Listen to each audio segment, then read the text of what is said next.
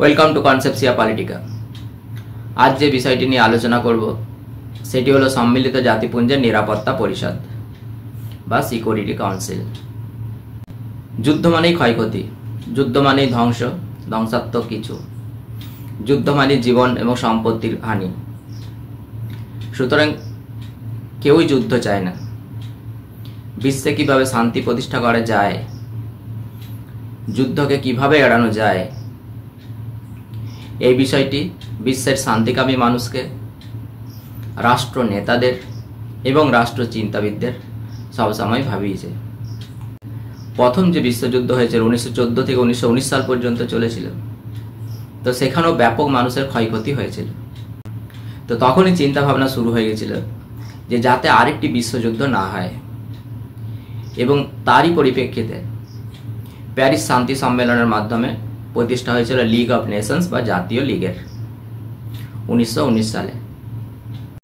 এবং এই জাতীয় লীগ আনুষ্ঠানিকভাবে কাজ শুরু করে 10ই জানুয়ারি 1920 সাল থেকে। তো যাই বা হোক, এই জাতীয় লীগের অনেক দুর্বলতা ছিল। এই দুর্বলতা থাকার ফলে দ্বিতীয় বিশ্বযুদ্ধকে কিন্তু এড়ানো যায়নি। অর্থাৎ বৃহৎ শক্তিবর্গের যে একটা আলাপ আলোচনায় বা আপোষ সভায় আসার উচিত ছিল, সেটা কিন্তু সম্ভব হয়নি। তার ফলশ্রুতি হিসাবে আমরা দেখলাম যে দ্বিতীয় বিশ্বযুদ্ধ। এবং দ্বিতীয় বিশ্বযুদ্ধ আমরা জানি যে 1939 সালে শুরু হয়েছিল এবং 1945 সালে হিরোশিমায় পারমাণবিক বোমা বিস্ফোরণের পর এর সমাপ্তি হয়। 6 আগস্ট হিরোশিমা এবং 9 আগস্ট নাগাসাকিতে পারমাণবিক বোমা ফেলা হয়, এবং সেখানে যে কী পরিমাণ ক্ষয়ক্ষতি সেটা আমরা সবাই জানি, যার রেজ এখনো পর্যন্ত আছে।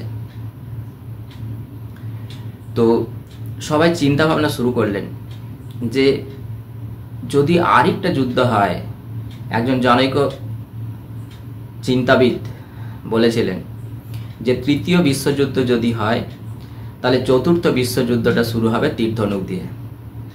অবশ্যই দ্বিতীয় বিশ্বযুদ্ধে পারমাণবিক বোমা ব্যবহার হয়েছে, এবং তখন তো কতিপয় রাষ্ট্রের হাতে এই পারমাণবিক বোমা ছিল। এখন তো আরও অনেক রাষ্ট্রের হাতে পারমাণবিক বোমা চলে এসছে, এবং আরও আধুনিক সব যুদ্ধাস্ত্র যে নিমেষে পৃথিবীকে ধ্বংস করে দিতে পারে। সুতরাং পৃথিবীর আর অবশিষ্ট কিছু থাকবে না, সভ্যতা আবার নতুন থেকে শুরু হবে, আবার সেই তীরধনুক দিয়ে যুদ্ধ শুরু হবে। যেমন আদিম যে সমাজ ব্যবস্থা, সেই আদিম সমাজে আমরা দেখেছি। তো যাই বা হোক, এই দ্বিতীয় বিশ্বযুদ্ধ চলাকালীনই বিশ্বের শান্তি এবং নিরাপত্তাকে সুনিশ্চিত করার যে প্রচেষ্টা, সেই প্রচেষ্টা কিন্তু শুরু হয়েছিল। এবং প্রথম আমরা দেখি যে 1941 সালে আটলান্টিক মহাসাগরের বুকে বসে তৎকালীন ইংল্যান্ডের প্রধানমন্ত্রী চার্চিল এবং আমেরিকা যুক্তরাষ্ট্রের রাষ্ট্রপতি রুজভেল্ট, তারা কিন্তু দীর্ঘ আলোচনায় বসেছিলেন, এবং বসে তারা একটা ঘোষণাপত্র প্রকাশ করেছিলেন। এবং প্রথম তারা মত প্রকাশ করেছিলেন যে একটা আন্তর্জাতিক সংগঠন কি করে প্রতিষ্ঠা করা যায়। অর্থাৎ প্রথম উদ্যোগ শুরু হলো কিন্তু এই আটলান্টিক চার্টারের মধ্য দিয়ে। এরপর 1943 সালে যে মস্কো সম্মেলন হয়, সেই মস্কো সম্মেলনে কিন্তু এটা আরও ত্বরান্বিত হয়।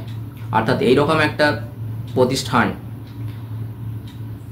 বা সংগঠন তৈরি করতেই হবে, যেখানে বিশ্বের বিভিন্ন রাষ্ট্র যার সদস্য হবে, এবং যার পরিপ্রেক্ষিতে কি হবে না, যে কোনো বিরোধকে অন্তত আপোষে মীমাংসা করে নেওয়া যাবে। অর্থাৎ চরম পরিণতির দিকে যাতে না যায় পরিস্থিতি, সেরকম একটা ব্যবস্থা গ্রহণ করা যেতে পারে। 1943 সালে যে মস্কো সম্মেলন হয়, সেই সম্মেলনে আমেরিকা যুক্তরাষ্ট্র, ব্রিটেন, এদিকে চায়না এবং প্রাক্তন সোভিয়েত রাশিয়া, এই 4টি রাষ্ট্র কিন্তু আলাপ আলোচনায় বসে, এবং আলাপ আলোচনার মাধ্যমে একটা অন্তত সহমতে আসে যে হ্যাঁ, একটা আন্তর্জাতিক সংগঠন প্রতিষ্ঠা করা খুবই প্রয়োজন। উদ্যোগটা শুরু হয়, অর্থাৎ আটলান্টিক চার্টার দিয়ে যেটা শুরু হয়েছিল মস্কো সম্মেলনে, সেটা অনেকটাই ত্বরান্বিত হয়। এবং এরপর 1944 সালে ডাম্বারটন ওকসে একটা সম্মেলন বসে। এই সম্মেলনটা ছিল কিন্তু খুবই গুরুত্বপূর্ণ। কেন? এখানেই কি হয় না, সম্মিলিত জাতিপুঞ্জ অর্থাৎ ইউনাইটেড নেশনস অর্গানাইজেশন, যেটাকে আমরা ইউএনও বলি, তো এই সম্মিলিত জাতিপুঞ্জ নামটাও স্থির হয়, এবং সনদের ব্যাপারে এর যে চার্টার তৈরি হবে, অর্থাৎ একটা সংবিধান থাকতে হবে, তো নিয়ম নীতি তো থাকতে হবে। এই সনদ বা চার্টার যেটা বলা হয় ইউএনওর, সেই চার্টারের ব্যাপারেও কিন্তু আলোচনা হয় এবং এখানে অনেকেই সহমতে আসে যে হ্যাঁ, এইভাবে যদি একটা চার্টার তৈরি করা হয় তাহলে লিগ অফ নেশনসের যে দুর্বলতাগুলো ছিল সেই দুর্বলতাগুলোকে কাটিয়ে তোলা যাবে। আর মূল লক্ষ্যই ছিল যে লিগ অফ নেশন কেন সফল হলো না, অর্থাৎ কোন কোন দুর্বলতাগুলো ছিল সেই দুর্বলতাগুলোকে দূর করে এমন একটা সংগঠন তৈরি করতে হবে যেটা ওইটা থেকে অনেকটাই মজবুত হবে এবং অবশ্যই যেটা তৃতীয় বিশ্বযুদ্ধকে অন্তত আটকাতে পারবে। এই যে ডাম্বারটন ওক্সে যে সম্মেলনটা হলো, এখানে কিছু ক্ষেত্রে মতপার্থক্য ছিল যেগুলো 1945 সালে ইয়াল্টা যে চুক্তি হয় সেই চুক্তির মাধ্যমে দূর করা সম্ভব হয়েছিল। এবং 1945 সালের এপ্রিল মাসে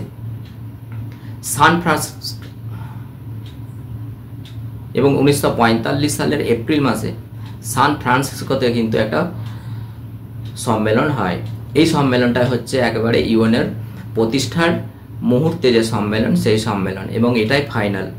এই সম্মেলনটা এই জন্যই গুরুত্বপূর্ণ কেন এরপরে এই 1945 সালে এপ্রিলে যে সম্মেলনটা হলো এবং 1945 সালের অক্টোবর থেকে অর্থাৎ ইউএনও প্রতিষ্ঠা হলো। আমরা জানি যে ইউএনওর যে সনদ চার্টার যেটা গৃহীত হয় সেটা 1945 সালে 24 অক্টোবর এবং সেদিন থেকে ধরে নেওয়া হয় যে এই দিন থেকে ইউএনও প্রতিষ্ঠা হলো এবং এই 24 অক্টোবর দিবসটাই কিন্তু আমরা ইউএনও দিবস হিসাবে পালন করে আসছি। সুতরাং এইভাবে অনেক বিবর্তনের মাধ্যমে, অনেক চিন্তাভাবনার মাধ্যমে, অনেক চুক্তি, অনেক সম্মেলনের মাধ্যমে একটা আন্তর্জাতিক প্রতিষ্ঠান প্রতিষ্ঠা করা হলো যেটা হচ্ছে ইউএনও, সম্মিলিত জাতিপুঞ্জ, যার মূল উদ্দেশ্য হচ্ছে আন্তর্জাতিক শান্তি এবং নিরাপত্তাকে সুনিশ্চিত করা। তো আন্তর্জাতিক শান্তি এবং নিরাপত্তাকে সুনিশ্চিত করার প্রধান দায়িত্বটা দেওয়া হলো কিন্তু সিকিউরিটি কাউন্সিলকে। আন্তর্জাতিক শান্তি এবং নিরাপত্তাকে সুনিশ্চিত করার লক্ষ্যে এই আন্তর্জাতিক প্রতিষ্ঠান প্রতিষ্ঠা করা হলো। তার মূল দায়িত্বটা অর্থাৎ মূল লক্ষ্যটা কি? আন্তর্জাতিক শান্তি এবং নিরাপত্তা। সুতরাং এর মূল দায়িত্বটা দেওয়া হলো নিরাপত্তা পরিষদকে। সুতরাং আজকে এই নিরাপত্তা পরিষদ নিয়েই আলোচনা করব। অন্যান্য ভিডিওর মতোই এই ভিডিও শেষে একটা রিটিন নোটস দিয়ে দেওয়া থাকবে, সেটা স্টুডেন্টদের জন্য, স্টুডেন্টরা এটা লিখে নিও। প্রথমে আসি যে নিরাপত্তা পরিষদ কিভাবে গঠিত হয়। নিরাপত্তা পরিষদ গঠিত হয় 15টি সদস্য রাষ্ট্রকে নিয়ে। এর মধ্যে 5টি হচ্ছে স্থায়ী সদস্য রাষ্ট্র, অর্থাৎ এই রাষ্ট্রগুলো সবসময় থাকবে, আর বাকি 10টি হচ্ছে অস্থায়ী সদস্য রাষ্ট্র। 5টি স্থায়ী সদস্য রাষ্ট্র কেন না, এই 5টি হচ্ছে তখন সেই সময়কার বৃহৎ শক্তি, অর্থাৎ যে কোনো বিষয়ে যদি বৃহৎ শক্তিবর্গ সহমতে না আসতে পারে তাহলে কখনোই বিশ্ব শান্তি এবং নিরাপত্তাকে সুনিশ্চিত করা যাবে না। সুতরাং যে কোনো আন্তর্জাতিক বিরোধ, সংঘর্ষ বা যুদ্ধের পরিস্থিতিকে মোকাবিলা করতে গেলে কি করতে হবে না, এই 5টি বৃহৎ শক্তিকে সহমতে আসতেই হবে।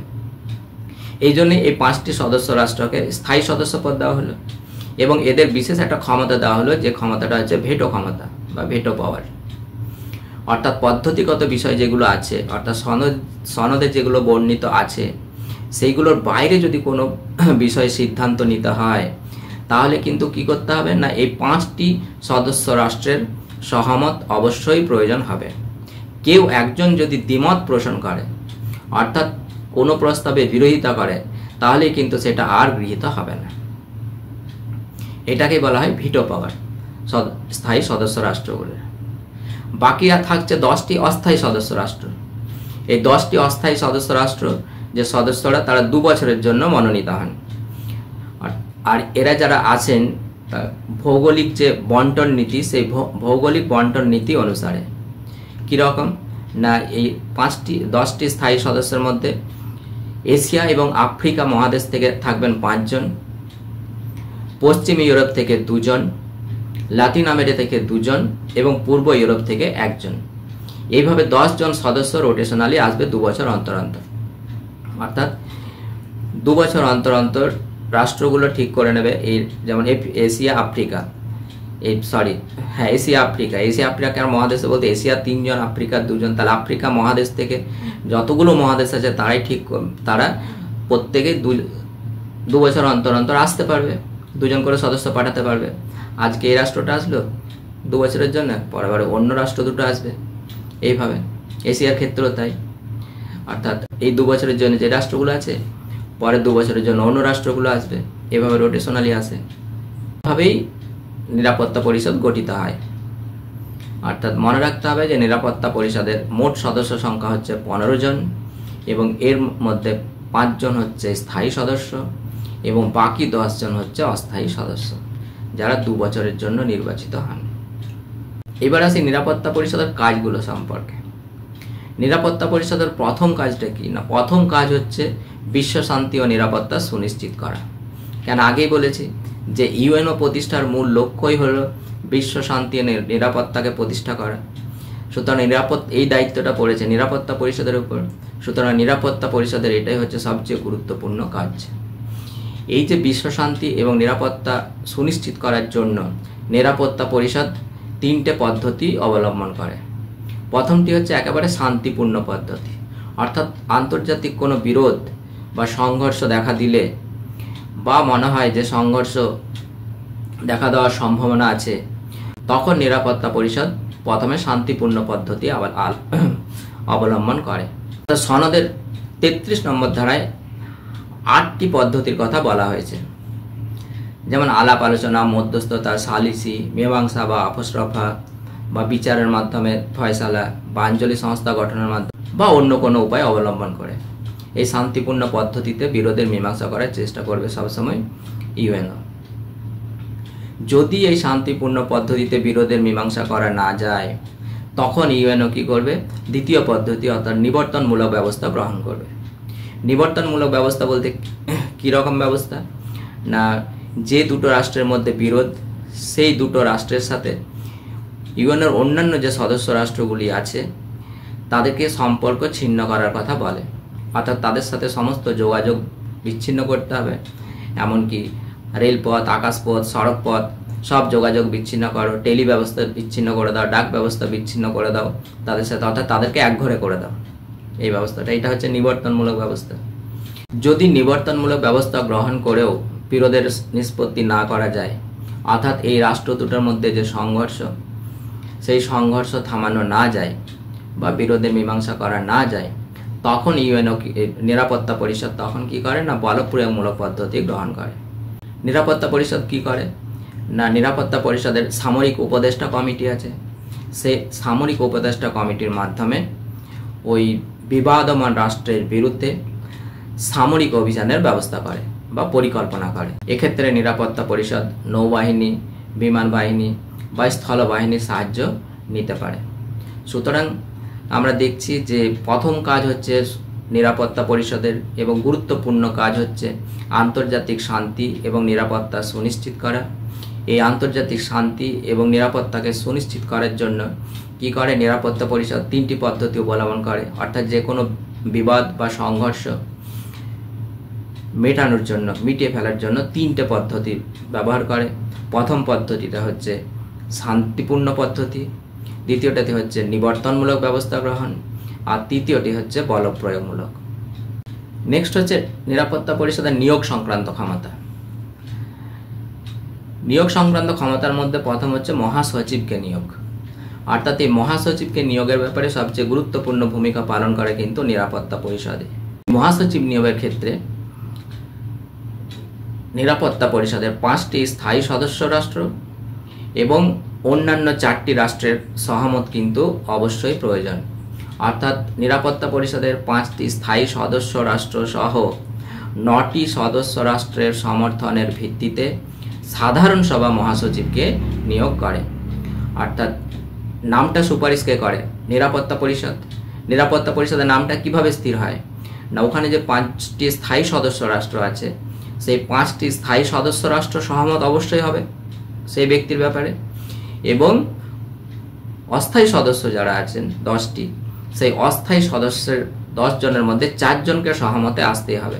অর্থাৎ মোট 15 জনের মধ্যে 9 জনের সহমতের ভিত্তিতে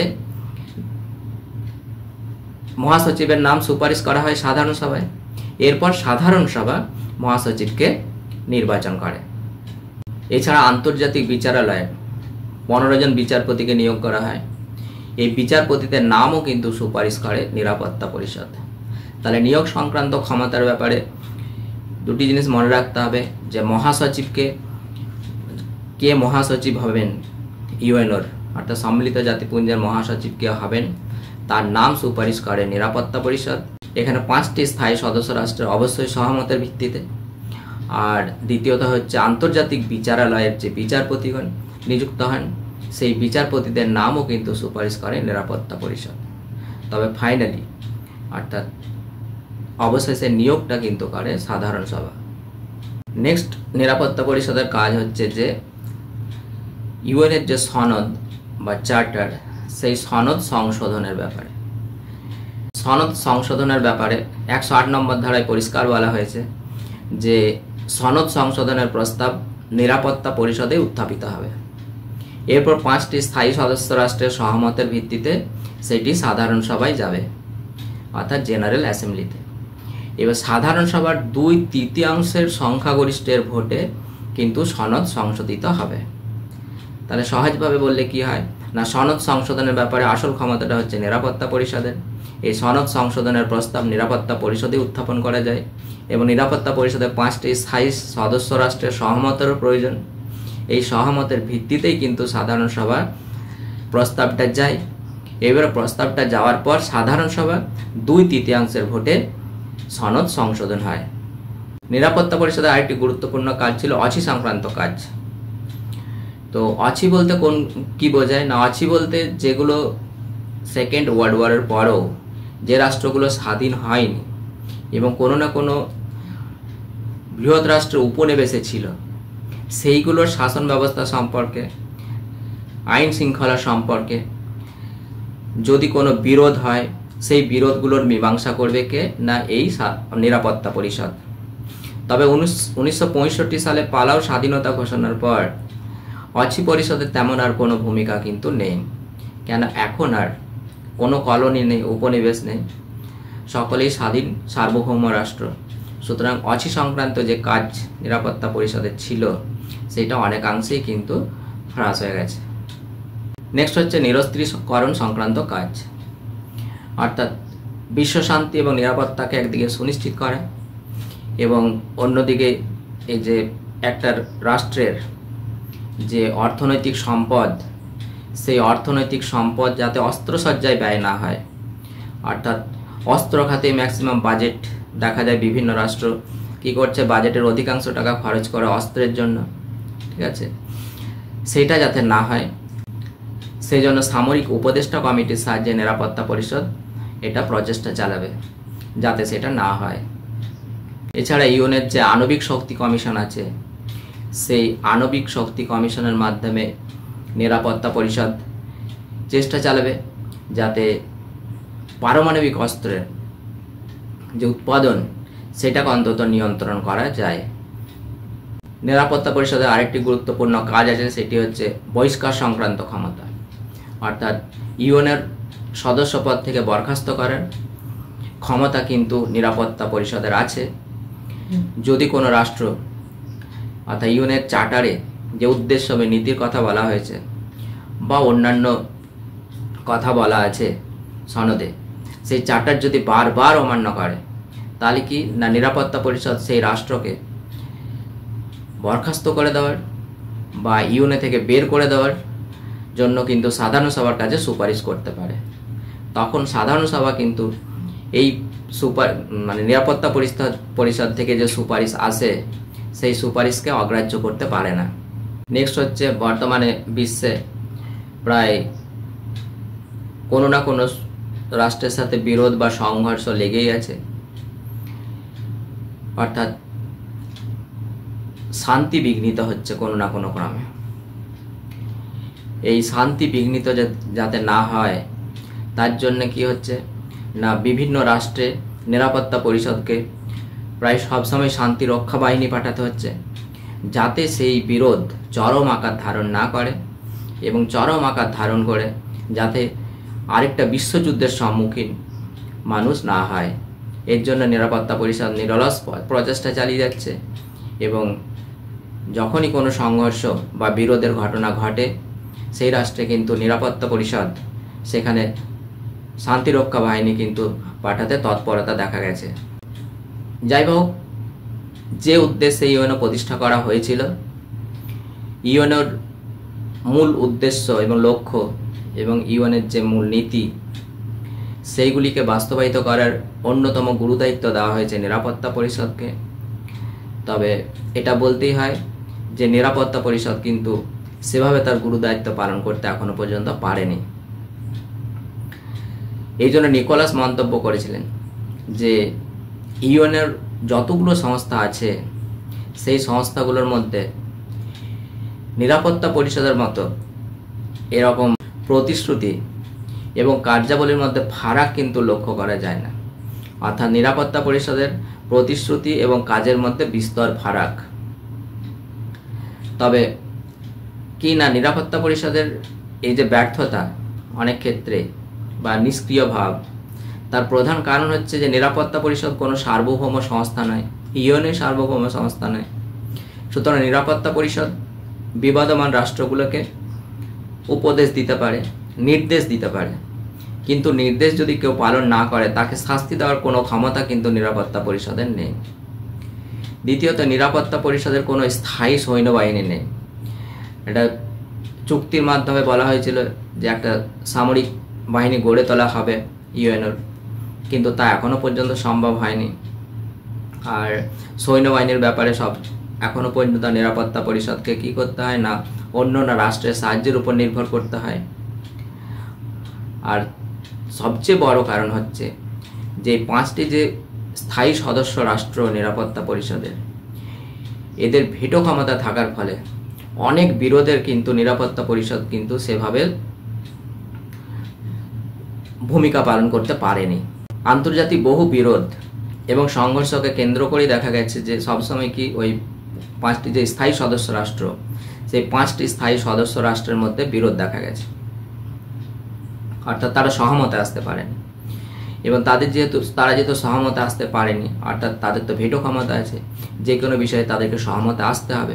যেহেতু সহমতে আসতে পারেনি, সেহেতু নিরাপত্তা পরিষদ সেরকম ভূমিকাও পালন করতে পারেনি, ব্যর্থ হয়েছে।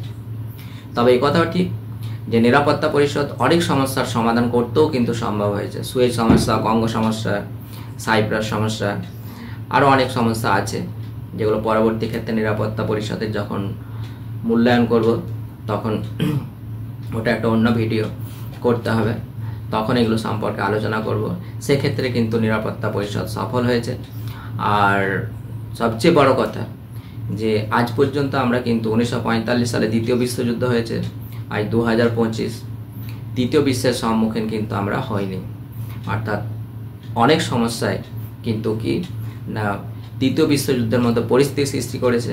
যেমন এই কিছুদিন আগে রাশিয়া ইউক্রেনকে নিয়ে কেন্দ্র করে যে যুদ্ধ, সেই যুদ্ধকে কেন্দ্র করে মনে হয়েছিল তৃতীয় বিশ্বযুদ্ধ শুরু হয়ে যাবে, বা ভারত পাকিস্তানকে কেন্দ্র করে মনে হচ্ছিল তৃতীয় বিশ্বযুদ্ধ শুরু হয়ে যাবে, কিন্তু সেদিকে কিন্তু এগোয়নি। অর্থাৎ বৃহৎ শক্তিবর্গের মধ্যে একটা আলাপ আলোচনার মাধ্যমে সেই যুদ্ধকে এখনো পর্যন্ত অন্তত আটকানো গেছে। তৃতীয় বিশ্বযুদ্ধের সম্মুখীন আমরা কিন্তু হইনি। এক্ষেত্রেও বলা যায় যে নিরাপত্তা পরিষদের এটাও একটা বিশাল সাফল্য। এই ভিডিও শেষে রিটিন নোটসটা দেওয়া থাকছে। আবার বলছি যে ছাত্রছাত্রীদেরকে তোমরা এটা লিখে নেবে।